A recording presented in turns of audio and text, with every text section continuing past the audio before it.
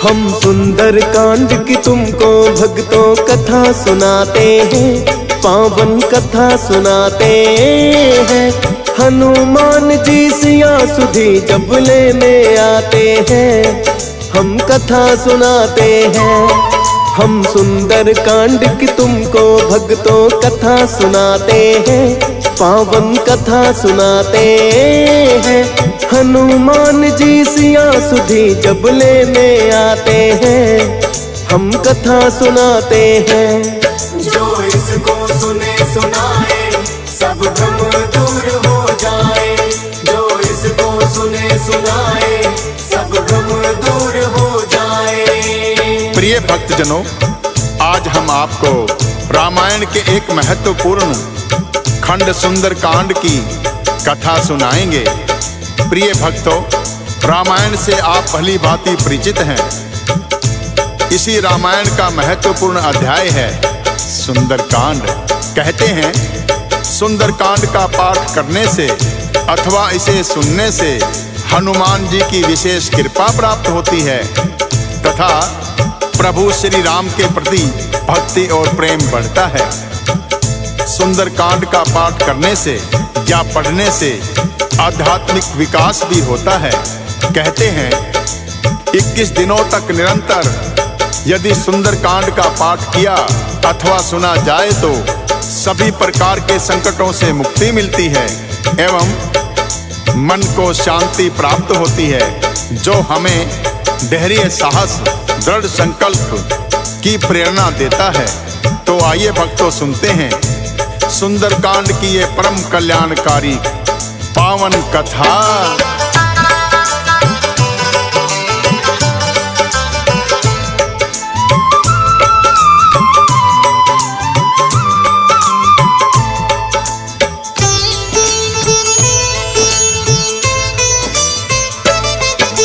माँ सीता को ले गया रावण, जटायु ने ही बताया। वानर सेना रुक गई सारी जब सागर तट आया।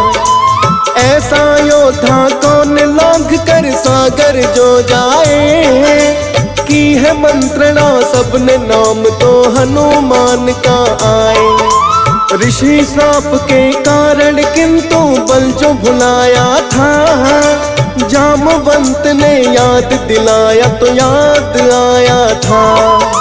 कहने लगे हैं श्री राम के हनुमान तुम जाओ, क्या रावण की कैद में सीता जाकर पता लगाओ। सुनकर वो आदेश प्रभु का शीश झुकाते हैं, पावन कथा सुनाते हैं। हनुमान जी सिया सुधी जब लेने आते हैं, हम कथा सुनाते हैं। जो इसको सुने सुनाए सब भ्रम दूर हो जाए, जो इसको सुने सुनाए सब भ्रम दूर हो जाए। प्रिय भक्तजनों, जामवंत जी के याद कराने पर हनुमान जी को अपना बल याद आया तो प्रभु श्री राम ने उनसे कहा कि हे हनुमान, इन योद्धाओं में तुम ही हो जो इस 100 योजन के सागर को लांघ कर जाने की क्षमता रखते हो। अतः तुम शीघ्र ही लंका में जाकर पता करो कि दुष्ट रावण ने माता सीता को किस स्थान पर बंदी बनाकर रखा है। तब राम प्रभु ने अपनी मुद्रिका हनुमान जी को दे दी और कहा कि मेरी ये मुद्रिका सीता को दिखा देना, ताकि उन्हें विश्वास हो जाए कि तुम मेरे ही दूत हो। श्री राम का आदेश पाकर हनुमान जी तत्काल ही सागर को लांघकर लंका में जाने के लिए तत्पर हो गए। फिर वो जामवंत जी से कहने लगे कि हे जामवंत जी, आपने मुझे मेरा बल याद दिलाकर अपने प्रभु की सेवा करने के लिए चुनकर कृतार्थ किया है। आप कंदमूल फल खाकर मेरी राह देखना, जब तक मैं माँ सीता की सूचना लेकर नहीं आता।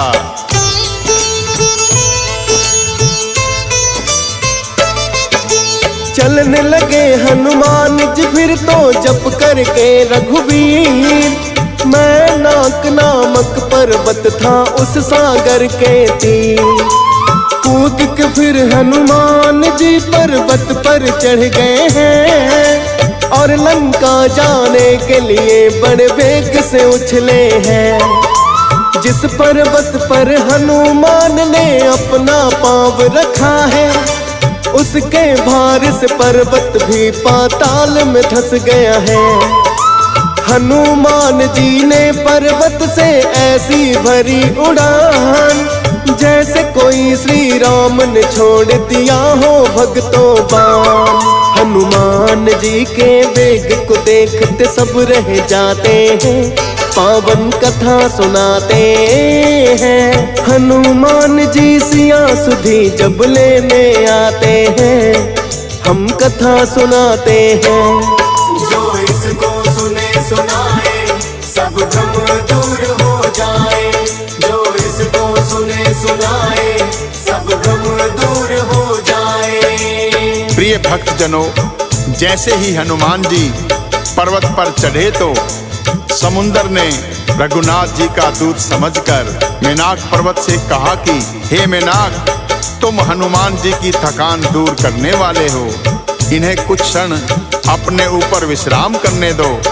मेनाक पर्वत ने जब हनुमान जी को विश्राम करने के लिए कहा तो हनुमान जी मेनाक पर्वत से कहने लगे कि हे मेनाक, श्री राम जी के काज किए बिना भला मुझे विश्राम कहाँ। और इतना कहकर वो बड़े ही वेग से छलांग लगाई। इसके दबाव से मेनाक पर्वत भी पाताल में धंस गया। सभी देवता हनुमान के इस वेग को देखकर बड़े ही हैरान हो रहे थे, किंतु उन्होंने हनुमान जी के बल बुद्धि की परीक्षा लेने हेतु सर्पों की माता सुरसा को भेज दिया, जो बड़ा ही विकराल रूप धारण करके हनुमान के सामने आकर कहने लगी।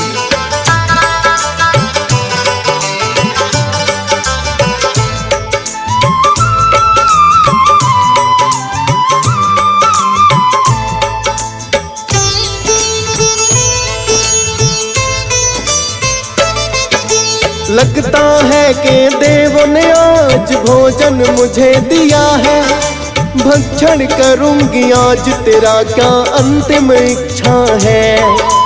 इतना सुनकर सुरसा से ये बोले पवन कुमार, सिया सुधी लेने को माता जा रहा सागर पार। माँ सीता से मिलके हाल में रघुबर को बतलाओ, सत्य वचन है ग्रास स्वयं ही आपका मैं बन जाऊं। पर सुरसा को उनकी बात पे यकीन नहीं आया, भक्षण करने की इच्छा से अपना मुख फैलाया। उनके मुख से दुगना हनुमत बढ़ ही जाते हैं, पावन कथा सुनाते हैं। हनुमान जी सिया सुधी जब लेने आते हैं, हम कथा सुनाते हैं। जो इसको सुने सुनाए सब भ्रम दूर हो जाए। जो इसको सुने सुनाए सब भ्रम दूर हो जाए। प्रिय भक्तजनों, जो ही हनुमान जी का भक्षण करने के लिए सुरसा ने अपना मुख खोला तो हनुमान जी ने भी विशाल रूप धारण कर लिया और उसके मुख से दुगना हो गए। इतना देखकर सुरसा ने अपना मुख 16 योजन खोल दिया, किंतु वो हनुमान जी की शक्ति से कहाँ परिचित थी। हनुमान जी ने अपनी काया को 32 योजन बना लिया। सुरसा ज्यों-ज्यों अपने मुख का विस्तार करती, हनुमान जी उनसे दुगना हो जाते। जब सुरसा ने अपने मुख का विस्तार करते हुए 100 योजन बढ़ा लिया तो हनुमान जी ने बहुत ही छोटा सा रूप धारण कर लिया और उनके मुख में प्रवेश करके तत्काल बाहर निकल गए और कहने लगे, हे माता, आपकी प्रतिज्ञा पूर्ण हुई, अब मुझे जाने की आज्ञा प्रदान करें। तब सुरसा प्रसन्नचित्त होकर कहने लगी, हे कपि श्रेष्ठ, मैंने तुम्हारे बुद्धि बल की परीक्षा कर ली है। इसके लिए मुझे देवताओं ने भेजा था। तुम श्री रामचंद्र जी का कार्य अवश्य ही पूर्ण करोगे, क्योंकि तुम बल बुद्धि के भंडार हो। और यह आशीर्वाद देकर सुरसा तत्काल ही प्रस्थान कर गई।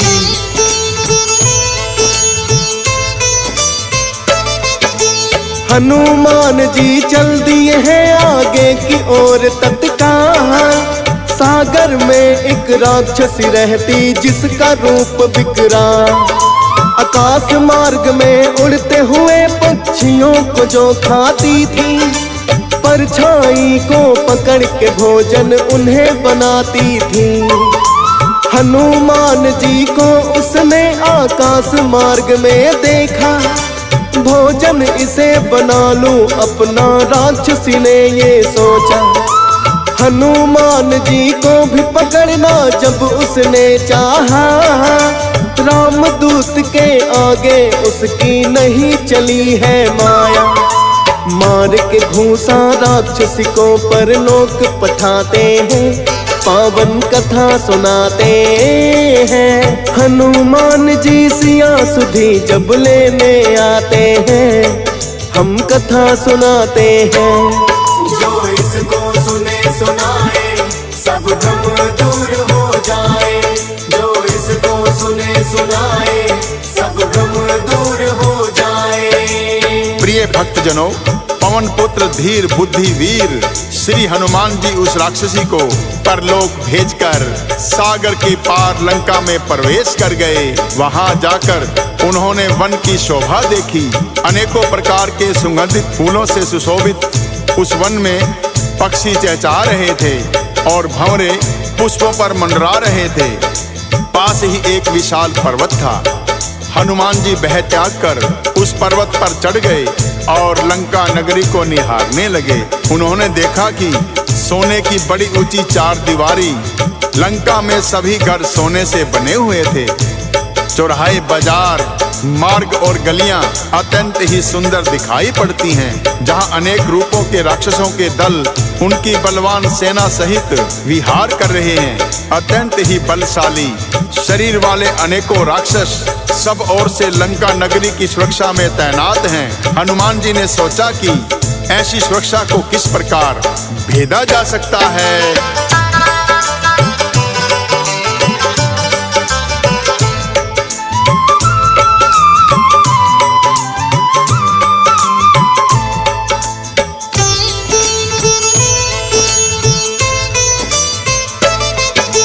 सोच रहे हैं हनुमान मैं ऐसा उपाय करूं, लंका में प्रवेश करने को सूक्ष्म रूप धरूं। हनुमान जी अपने मन में कर रहे यही विचार, प्रवेश करूंगा रात्रि में जब हो जाए अंधकार। हनुमान ने सूक्ष्म रूप तो बड़ा अपना है बनाया, लंका में प्रवेश उन्होंने करना है चाहा। लंकिनी नाम की राक्षसी ने पर उनको देख लिया, बोली निरादर करके मेरा तुम हो चले कहाँ। पड़ी निगाह लंकिनी की वो जान न पाते हैं, पावन कथा सुनाते हैं। हनुमान जी सिया सुधी जब लेने आते हैं, हम कथा सुनाते हैं। जो इसको सुने सुनाए सब भ्रम दूर हो जाए। जो इसको सुने सुनाए सब भ्रम दूर हो जाए। प्रिय भक्तजनों, हनुमान जी को देखते ही लंकनी क्रोधित होकर कहने लगी, हे मूर्ख, तूने मेरा भेद नहीं जाना। जितने भी चोर हैं वो सब मेरा आहार बनते हैं। इतना कहकर लंकनी जो ही हनुमान जी की ओर बढ़ी, पवन पुत्र ने उस पर गदा से एक प्रहार किया। हनुमान जी का वार सहने की शक्ति भला उस राक्षसी में कहाँ थी। हनुमान जी के एक ही वार से वो तत्काल ही धरा पर गिर गई, किंतु फिर वो संभल कर उठी और डर के मारे हाथ जोड़कर विनती करने लगी कि हे रामदूत, जब ब्रह्मा जी ने रावण को वरदान दिया था तो उन्होंने जाते समय मुझे राक्षसों के विनाश की पहचान बता दी थी कि जब तू एक वानर के प्रहार से व्याकुल हो जाए तब राक्षसों का संहार निकट जान लेना। हे तात, मेरे कोई पुण्य कर्म हैं जो मुझे श्री राम के दूत के दर्शन करने का अवसर प्राप्त हुआ है। तुम अपने प्रभु का नाम लेकर अपना कार्य पूर्ण करो। मेरा आशीर्वाद तुम्हारे साथ है। लंकनी के ये वचन सुनकर हनुमान जी बड़े ही हर्षित हुए और वहां से प्रस्थान कर गए।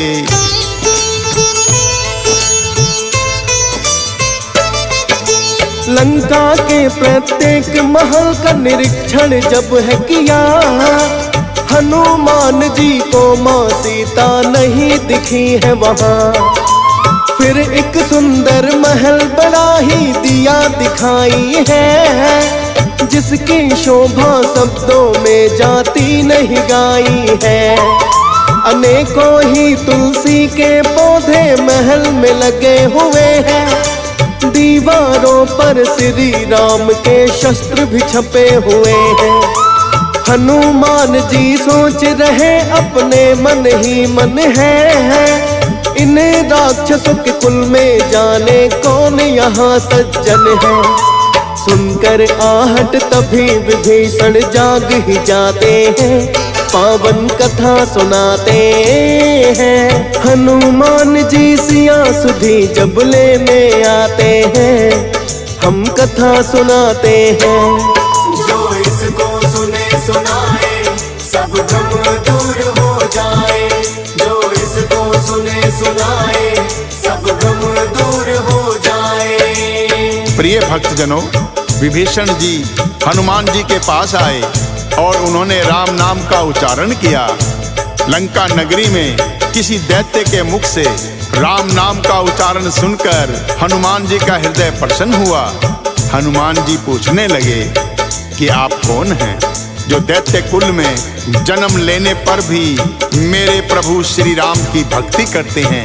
तब विभीषण ने अपना परिचय देते हुए कहा कि हे कपि श्रेष्ठ, मैं रावण का छोटा भाई विभीषण हूँ। यहाँ दैत्यों में मैं ऐसे रह रहा हूँ जैसे दांतों के बीच जिह्वा रहती है, किंतु मुझ पर श्री राम की असीम कृपा हुई, जो मुझे आपके दर्शन हो गए।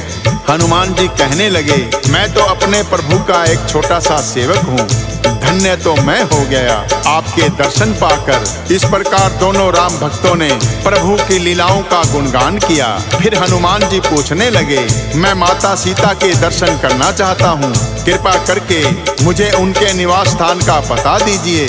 तो विभीषण ने हनुमान जी को अशोक वाटिका का पता बता दिया।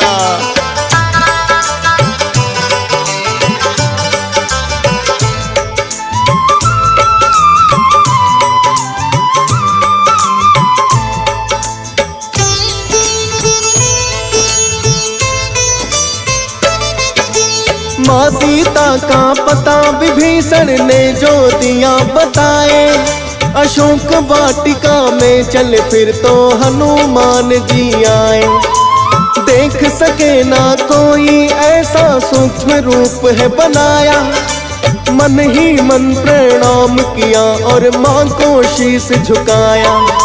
माँ सीता का देखा गया ना हनुमान से हाल, फीका पड़ गया चेहरा उनका और उलझे हैं बाल। त्रिजटा राक्षसी जैसी अनेकों लगा सख्त पहरा, हाल देखिए माता का आघात लगा गहरा। और इतने में ही रावण सज धज कर आते हैं, पावन कथा सुनाते हैं। हनुमान जी सिया सुधी जब लेने आते हैं, हम कथा सुनाते हैं। जो इसको सुने सुनाए सब भ्रम दूर हो जाए, जो इसको सुने सुनाए सब भ्रम दूर हो जाए। प्रिय भक्तजनों, दुष्ट रावण ने आकर माता सीता को बहुत प्रकार से समझाया और शाम दाम दंड भेद भी दिखाया और कहने लगा कि हे सीते, मैं मंदोदरी सहित सभी रानियों को तुम्हारी दासी बना दूंगा, तुम एक बार मेरी आंखों में देखो तो सही। प्रिय भक्तों, माता सीता रावण के वचन सुनकर अपने प्रभु श्री राम का स्मरण करते हुए तिनके की आड़ से पर्दा करके बोली कि हे पापी, तू छल से मुझे हर लाया। अरे निर्लज्ज, तुम्हें तनिक भी लाज नहीं आई। तू मुझे पटरानी बनाने का क्या लालच देगा? मेरे प्रभु श्री राम सूर्य के समान हैं, उनके सामने तू जुगनू भी नहीं। माँ सीता के कठोर वचन सुनकर रावण ने क्रोधित होकर अपनी तलवार निकाली और कहने लग गया, तुम मेरे बल से अभी परिचित नहीं हो, तुम्हारा सर अभी धड़ से अलग कर सकता हूँ। अपने बल का स्वयं गुणगान करते हुए रावण सीता की ओर बढ़ा तो रानी मंदोदरी ने उन्हें नीति के विरुद्ध कहकर रोक दिया। तब रावण ने सभी दासियों से कहा, सीता को सभी प्रकार से भय दिखाकर उसे मनाओ। यदि महीने भर में ये मेरा कहा ना माने तो मैं इसका सर धड़ से अलग कर दूंगा। इतना कहकर क्रोध की अग्नि में जलता हुआ रावण वापस लौट गया।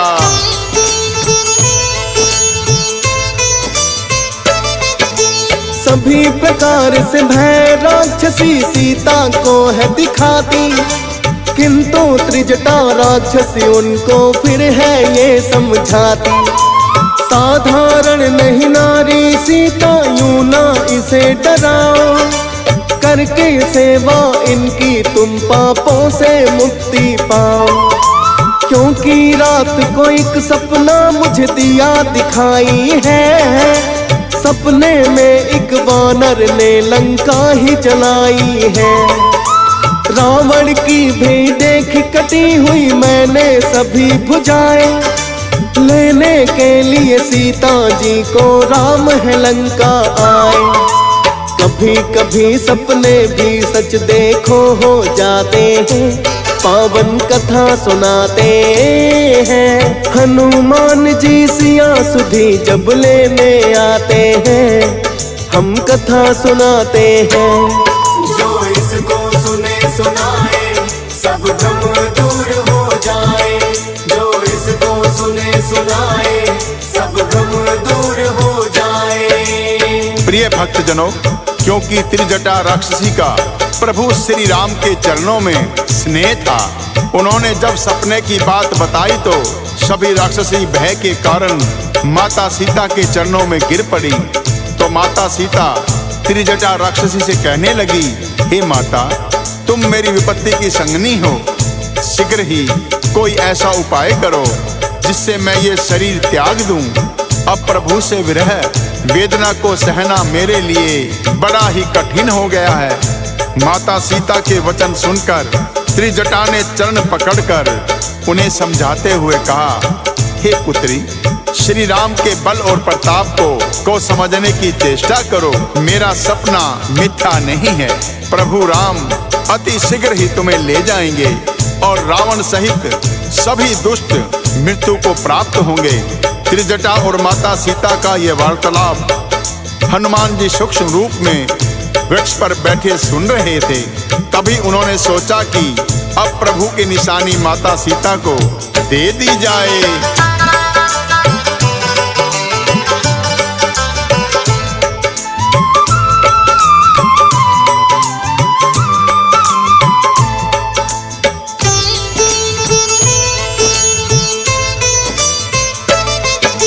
श्री राम की मुंदरी उन्होंने नीचे गिराई है, देख निशानी प्रभु की माता बड़ी हर्षाई है। और बोली कि राम दूत है, कौन बाग में आया, या फिर पापी रावण दिखा रहा है अपनी माया। मायावी जो तुम हो कोई तो फिर नहीं है बच पाओ, यदि राम के दूत हो तो फिर मेरे सामने आओ। कूदे वृक्ष से तभी सामने आ गए हैं हनुमान, आकर माता सीता के चरणों में किया प्रणाम। मुद्रिका प्रभु की मैं ही लाया, उन्हें बताते हैं, पावन कथा सुनाते हैं। हनुमान जी सिया सुधी जब लेने आते हैं, हम कथा सुनाते हैं।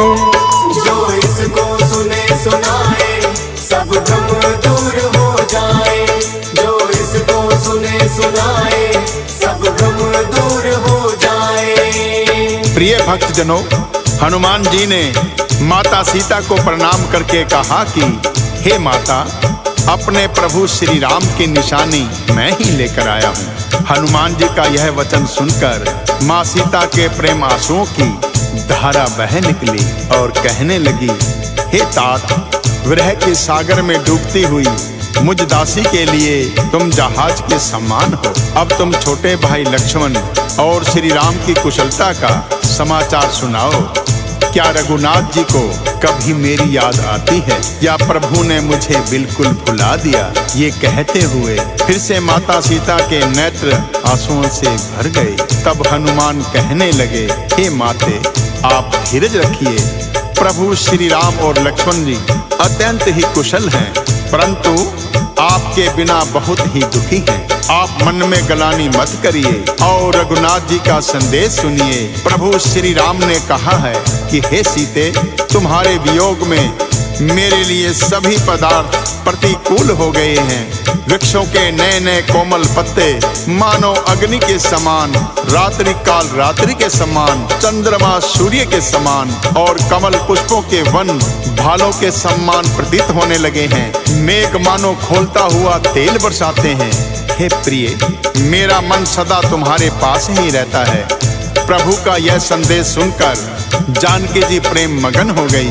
हनुमान जी कहने लगे, हे माता, धीरज धारण करो और प्रभु श्री राम का स्मरण करो।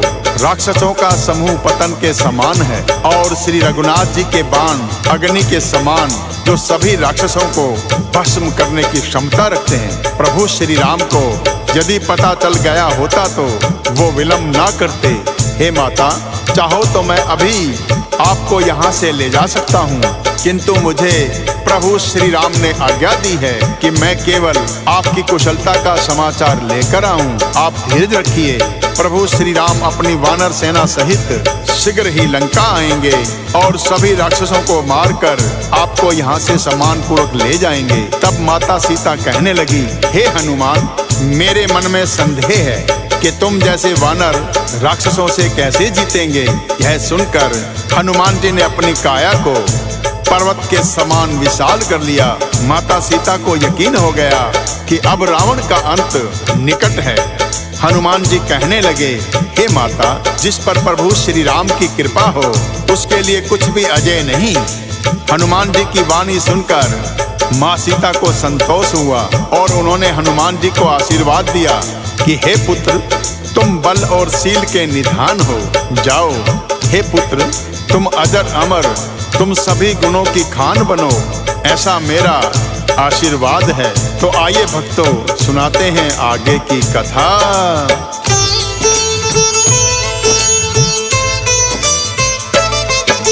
माँ सीता ने हनुमान को आशीर्वाद दिया। कहने लगी, हनुमान, आपने मुझे कृतार्थ किया।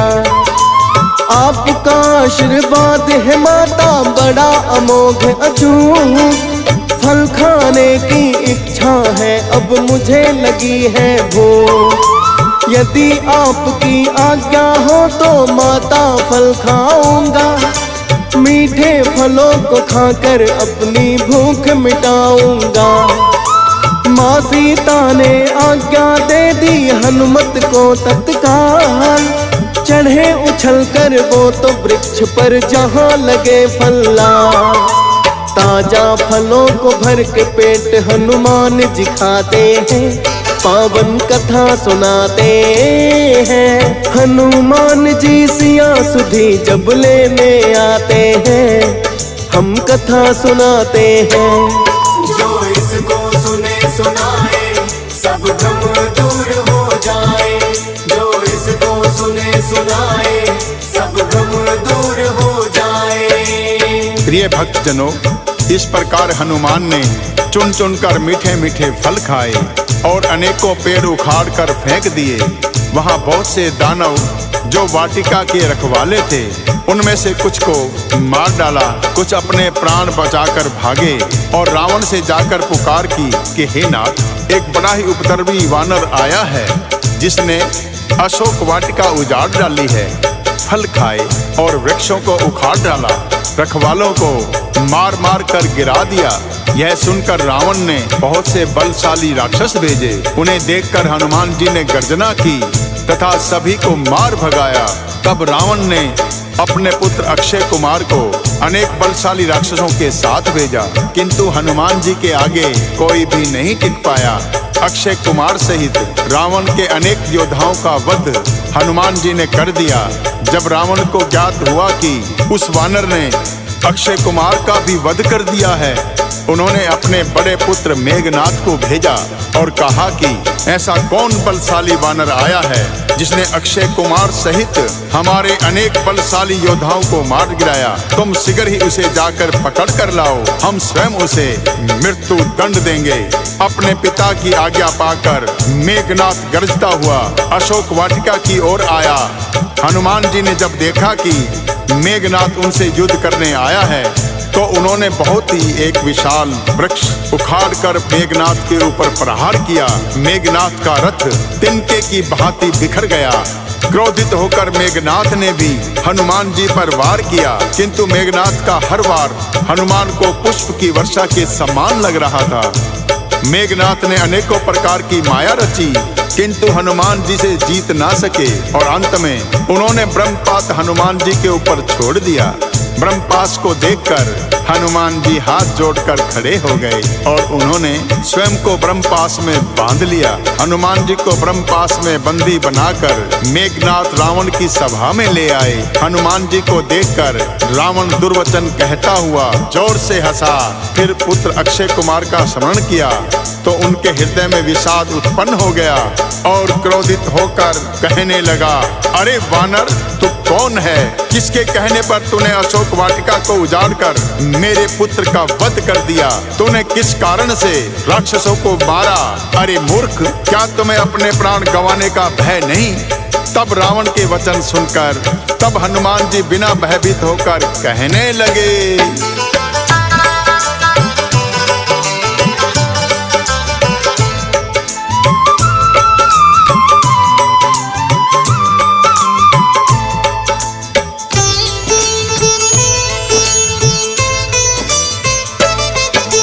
जिनका बल पाकर ब्रह्मा ने सृष्टि को है रचाया, उनका ही बल पाकर मैं तेरी लंका में आया।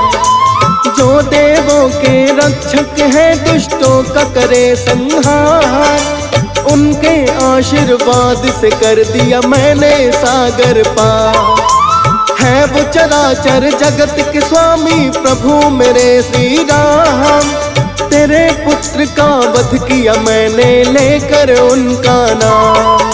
चोरी और छल करके क्यों खुद पर इतराए हो, जिनकी प्रिय पत्नी का हरण तुम करके लाए हो। क्षमा मांग कर वापस दे दो, उसे समझाते हैं, पावन कथा सुनाते हैं। हनुमान जी सिया सुधी जब लेने आते हैं, हम कथा सुनाते हैं। जो इसको सुने सुनाए सब भ्रम दूर हो जाए। जो इसको सुने सुनाए सब भ्रम दूर हो जाए। प्रिय भक्तजनों, हनुमान जी ने रावण को समझाते हुए कहा कि हे रावण, अब भी समय है, तुम प्रभु श्री राम के चरण कमल को हृदय में धारण करो और लंका पर अचल राज करो। ऋषि पुलत्स्य जी का यश निर्मल चंद्रमा के समान है, तुम उस चंद्रमा पर कलंक मत बनो और माता सीता को सकुशल वापस लौटाकर प्रभु से क्षमा मांग लो। मेरे प्रभु दया निधान हैं और वो अभी भी तुम्हारे इस कृत्य को भूलकर तुम्हें प्राण दान दे सकते हैं। हे रावण, तुम अपना अभिमान त्याग प्रभु की शरण में जाओ, इसी में तुम्हारी और समस्त राक्षस कुल की भलाई है। हनुमान जी की ये सभी बातें अभिमानी लंकापति रावण को समझ नहीं आई और व्यंग करके बोला, हमें यह बंदर बड़ा ही ज्ञानी गुरु मिला। अरे दुष्ट, तेरी मृत्यु निकट है, तू वानर होकर मुझे शिक्षा देने चला है। मैं अभी तुम्हारे प्राण हर लेता हूँ। इतना कहकर क्रोधित होते हुए रावण ने जो ही तलवार खींची तो विभीषण जी ने उनसे कहा कि हे लंकापति, दूत का वध करना नीति के विरुद्ध है। तो रावण हंसकर कहने लगा, यदि ऐसी कोई बात है तो इस वानर का अंग भंग करके भेज दिया जाए। वानर को अपनी पूंछ से बड़ा ही लगाव होता है, अतः तेल में कपड़ा भिगोकर इसकी पूंछ में लपेटकर आग लगा दो। जब यह वानर बिना पूंछ के अपने स्वामी के पास जाएगा तो यह बड़ा ही लज्जित होगा, जिसकी यह इतनी बड़ाई करता है। मैं भी तो उसकी प्रभुता देखूं। रावण का आदेश पाकर अनेकों राक्षस तेल और घी में भिगा हुआ कपड़ा हनुमान जी की पूंछ पर लपेटने लगे।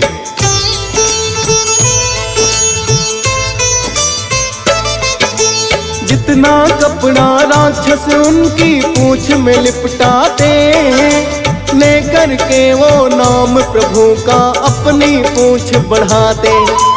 हनुमान जी की शक्ति को रावण ना पहचाना, पूंछ में आग लगाकर चाहता रावण जिसे जलाना। उस हनुमान ने किंतु अपनी शक्ति जब दिखलाई, उड़ गए हैं आकाश में जो ही पूंछ में आग लगाई। एक एक कर लंका के सब घरों को है लगे जलाने, मच गई त्राही त्राही लगे सब चीखने और चिल्लाने। किंतु भक्त विभीषण का घर नहीं जलाते हैं, पावन कथा सुनाते हैं। हनुमान जी सिया सुधी जब लेने आते हैं, हम कथा सुनाते हैं। जो इसको सुने सुनाए सब भ्रम दूर हो जाए।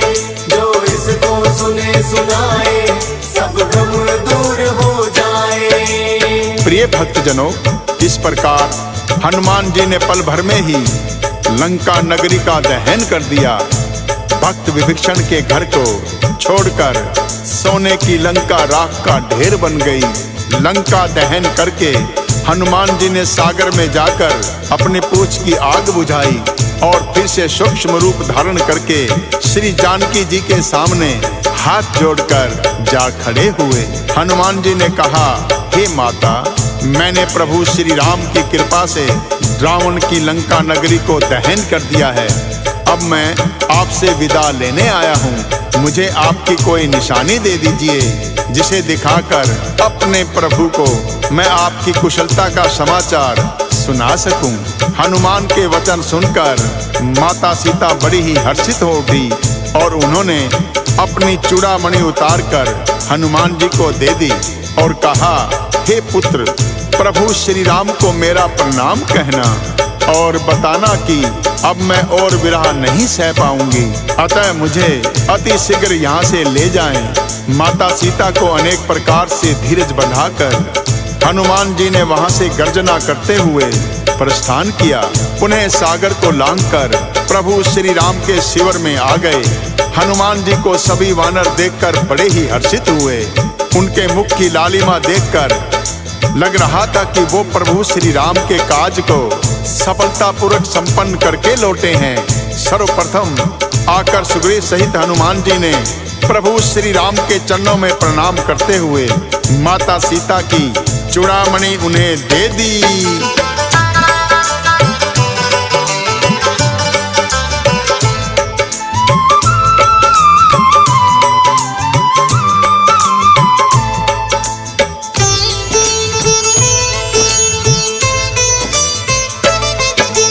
प्रभु राम ने हनुमान को गले लगा लिया है।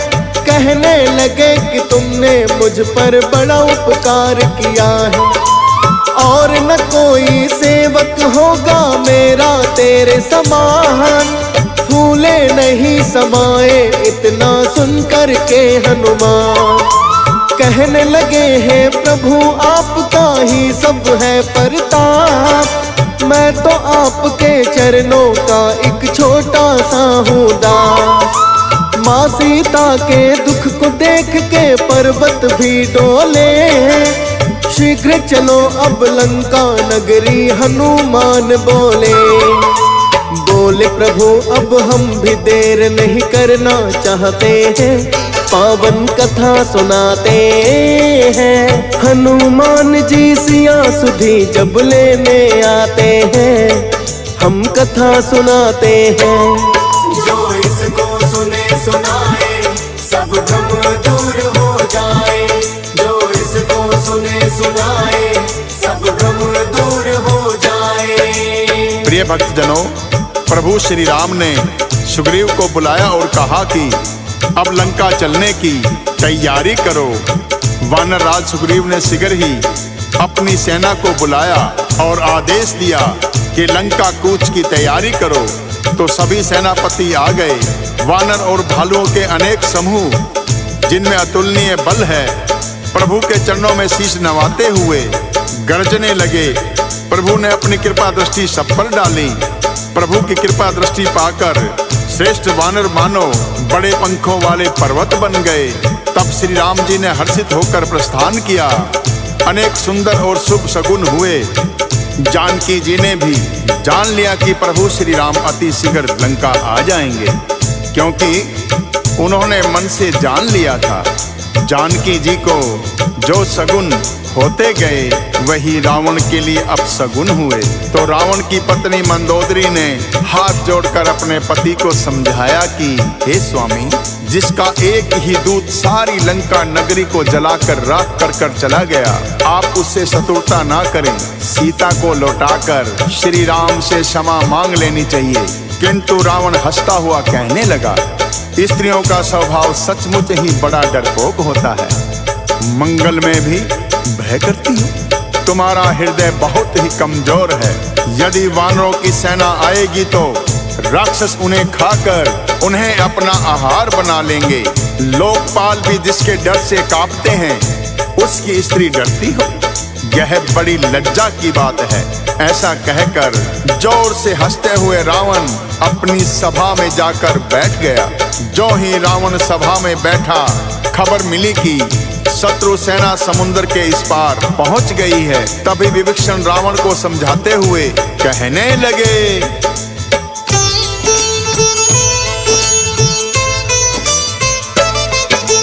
अब भी समय है विनती मेरी, आप करो स्वीकार। काम क्रोध मद लोभ मोह तो होते नरक के द्वार। अभिमान अपना त्यागो और प्रभु शरण में जाओ। आदर पूर्वक माँ सीता को अति शीघ्र लौटाओ, वरना नष्ट होने से कोई लंका को बचा ना पाए। राक्षस कुल मिट जाएगा यदि राम जो लंका आए। साधारण नर समझने की ना उनको भूल करो। काल खड़ा है सर आपके, रावण जरा डरो। क्यों न नष्ट होने से कुल को आप बचाते हैं, पावन कथा सुनाते हैं। हनुमान जी सिया सुधी जब लेने आते हैं, हम कथा सुनाते हैं। जो इसको सुने सुनाए सब भ्रम दूर हो जाए। जो इसको सुने सुनाए सब भ्रम दूर हो जाए। प्रिय भक्तजनों, विभीषण की बात सुनकर क्रोधित होकर रावण कहने लगा कि हे दुष्ट, तेरी मति मारी गई है, जो अपने शत्रु की इतनी बड़ाई कर रहा है। अरे मूर्ख, जगत में ऐसा कौन है जिसको मैंने अपनी भुजाओं के बल से नहीं जीता हो। मेरे बल पर शंका करते हुए तुम मेरे शत्रु की प्रशंसा कर रहा है। इतना ही यदि तुझे अपने राम पर भरोसा है तो लंका को तेरी कोई आवश्यकता नहीं। जा, अपने राम के पास चला जा। ये कहकर रावण ने उसे लात मारकर भगा दिया। तब भी विभीषण ने बार बार उनके चरण पकड़कर विनती की कि आप मेरे पिता समान हैं। मैं अब भी आपकी भलाई की बात करूंगा कि आप प्रभु शरण में चले जाइए। विभीषण की बातों का रावण पर कोई असर नहीं हुआ और रावण ने उसे दुत्कार दिया। अंत में विभीषण को लंका का त्याग करना पड़ा और वो सागर पार करके प्रभु राम के शिविर में आ गए। जब वानर सेना ने देखा कि शत्रु का कोई खास दूत है, तो वो उन्हें सुग्रीव के पास लेकर आए और कहा कि ये रावण का कोई मायावी दूत है जो भेष बदलकर हमारे शिविर में घुस आया है। जब सुग्रीव ने परिचय पूछा तो विभीषण ने बताया कि मैं रावण का छोटा भाई हूँ और सारा वृतांत सुना दिया।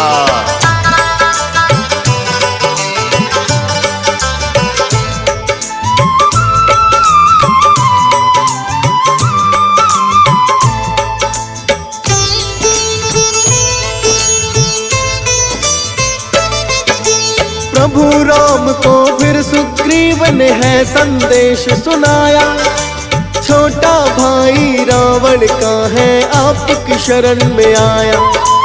आदर पूर्वक प्रभु राम ने उन्हें बुलाया है, भेद जानकर सारा अपने गले लगाया है। कृपा राम की पाई विभीषण बड़े प्रसन्न हुए हैं, कहने लगे कि आज तो मेरे भाग्य ही धन्य हुए। शरणागत के रक्षक होते हैं भक्तों सदा राम, प्रभु ने दिया विभीषण को फिर लंकापति है नाम। करके राज तिलक वो मुकुट भी उन्हें पहनाते हैं, पावन कथा सुनाते हैं। हनुमान जी सिया सुधी जब लेने आते हैं, हम कथा सुनाते हैं। जो इसको सुने सुनाए सब भ्रम दूर हो जाए, जो इसको सुने सुनाए सब भ्रम दूर हो जाए। प्रिय भक्तजनों, प्रभु श्री राम का प्रेम पाकर विभीषण कहने लगे कि हे प्रभु, मेरा बड़ा ही सौभाग्य है जो मैंने आपके दर्शन पा लिए, मेरा जीवन धन्य हो गया। विभीषण की बात सुनकर प्रभु राम कहने लगे, हे विभीषण, आपके अंदर कोई अवगुण नहीं है, आप मेरी शरण में आए हो। मेरी शरण में आने वाले ब्रह्म हत्यारे का भी मैं कल्याण करता हूँ। आज से तुम लंकापति भक्त विभीषण के नाम से ही पुकारे जाओगे। तब प्रभु श्री राम कहने लगे कि हे वानर राज सुग्रीव और लंकापति विभीषण, सुनो, इस गहरे समुद्र को किस प्रकार पार किया जाए। तो विभीषण कहने लगे, हे रघुनाथ, यद्यपि आपका एक ही बाण करोड़ों समुद्रों को सोखने वाला है, तथापि यह उचित होगा कि समुद्र से प्रार्थना की जाए। हे प्रभु, समुद्र आपके कुल में बड़े पूर्वज हैं, वे विचार करके अवश्य कोई उपाय बताएंगे जिससे हमारी सेना बिना ही रुकावट के लंका में प्रवेश कर जाएगी। प्रभु राम ने कहा, उचित है, मैं सागर से विनती करता हूँ कि वानर सेना सहित मुझे लंका प्रवेश करने का उपाय बताए। और प्रभु राम आसन लगाकर सागर के किनारे बैठ गए और उनसे प्रार्थना करने लगे कि हे सागर, हमें लंका की ओर जाने की अनुमति दें।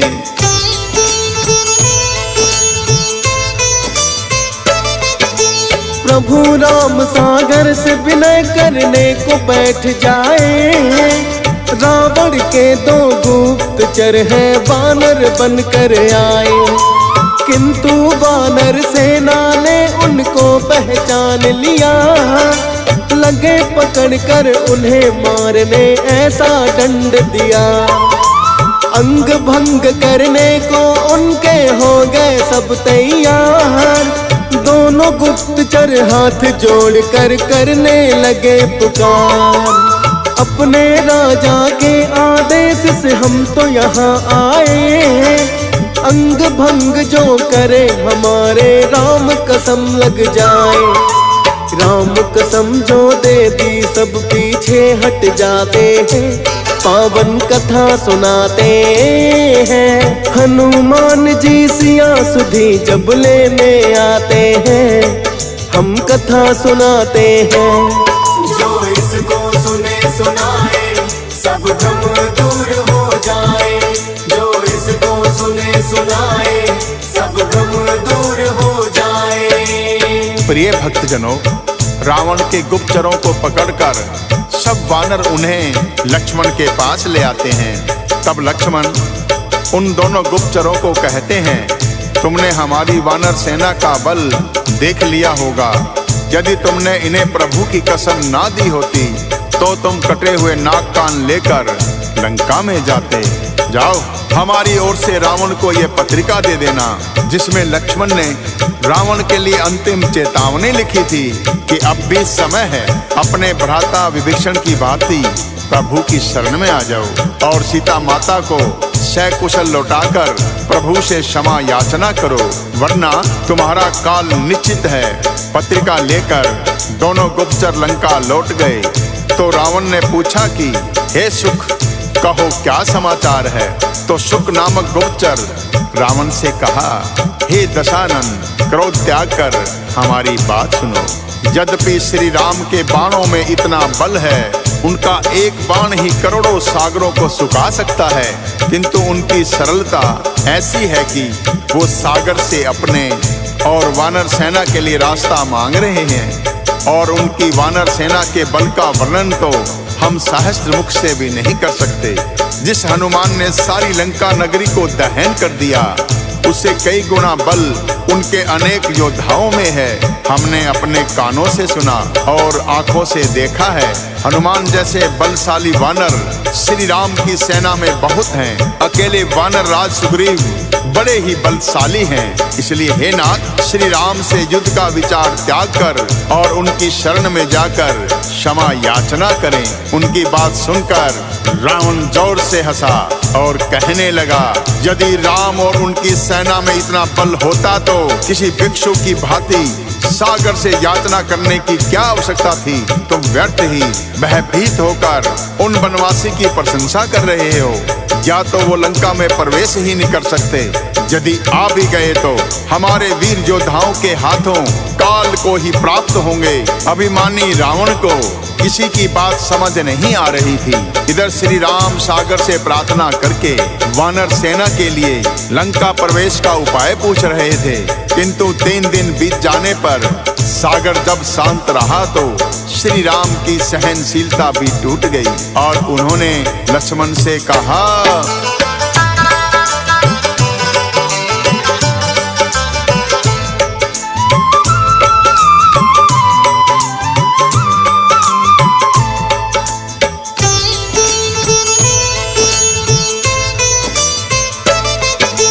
धनुष बाण है लक्ष्मण मेरा, लेकर तुम आओ। अभी सुखा दूंगा सागर को, देखते तुम जाओ। लक्ष्मण ने भी उनकी आज्ञा का पालन किया है। श्री राम को लाकर उनका धनुष बाण दिया है। जो ही अग्नि बाण राम ने चलाना है चाहा, ब्राह्मण रूप में सागर उनके सामने है आया। हाथ जोड़कर विनती उनसे करने लगा सागर, शांत स्वभाव है मेरा भगवन आपकी आज्ञा पाकर। मर्यादा में रहना मुझको आप सिखाते हैं, पावन कथा सुनाते हैं। हनुमान जी सिया सुधी जब लेने आते हैं, हम कथा सुनाते हैं। जो इसको सुने सुनाए सब भ्रम दूर हो जाए। जो इसको सुने सुनाए सब भ्रम दूर हो जाए। प्रिय भक्तजनों, जैसे ही प्रभु राम ने अपना धनुष बाण चढ़ाया, ब्रह्म रूप में सागर आकर कहने लगे, हे प्रभु मेरे सब अवगुण क्षमा कीजिए। हे नाथ, वायु, अग्नि, जल और पृथ्वी, इन सब का स्वभाव आपके प्रताप से जड़ ही है। आपकी प्रेरणा से ही माया ने सृष्टि में इन्हें उत्पन्न किया है। सब ग्रंथों ने यही गाया है। जिसके लिए स्वामी की जैसी आज्ञा है वह उसी प्रकार से रहने में सुख पाता है। प्रभु, आपने अच्छा किया कि मुझे दंड देने के लिए तत्पर हो गए। आपके प्रताप से मैं सूख भी जाऊंगा और सेना पार उतर भी जाएगी, किंतु इसमें मेरी मर्यादा भंग हो जाएगी। हे प्रभु, आप मर्यादा पुरुषोत्तम हैं। आपके प्रताप से ही मैंने मर्यादा में रहना सीखा है, किंतु आपकी आज्ञा का उल्लंघन भी मैं नहीं कर सकता। यदि आप आज्ञा देंगे तो मैं अभी सूख जाऊंगा, किंतु जो जलचर प्राणी मुझ में जीवन यापन कर रहे हैं उनकी मृत्यु हो जाएगी। अतः हे प्रभु, मुझे उचित आदेश दीजिए। सागर के विनय पूर्वक वचन सुनकर प्रभु श्री राम उनसे कहने लगे, हे सिंधुराज, कृपा करके हमें कोई ऐसा उपाय बताओ जिससे वानरों सहित मेरी सेना पार उतर जाए। प्रभु की विनती सुनकर सागर उनसे कहने लगे,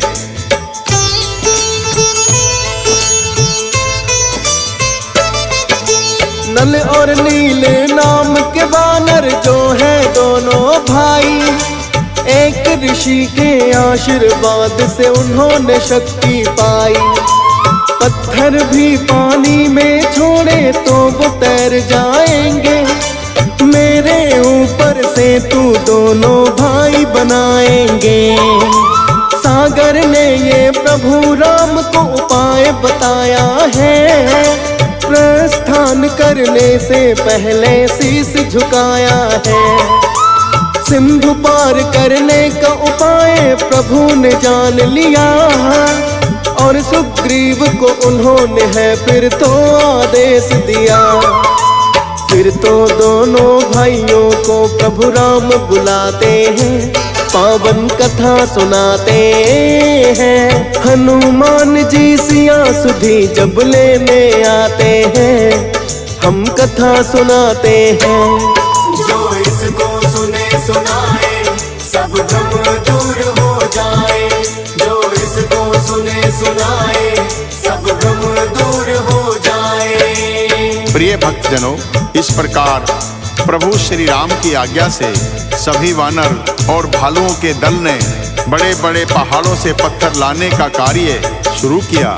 हनुमान जी उन पर प्रभु श्री राम का नाम लिखते रहे और नल नील दोनों भाइयों ने राम सेतु का निर्माण शुरू कर दिया।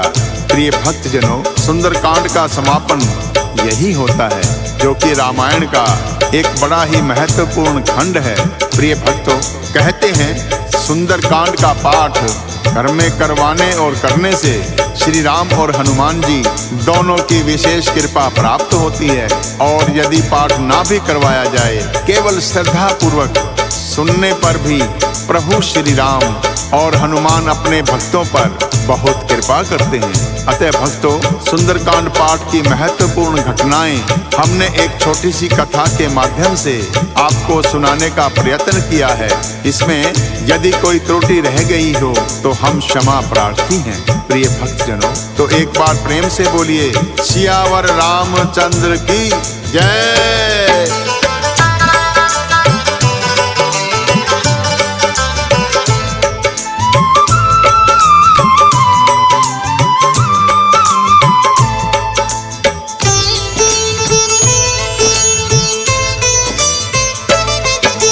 प्रभु की ही माया से रचा है ये सारा ब्रह्मांड, उनकी ही लीला का अंश है भक्तों सुंदर कांड।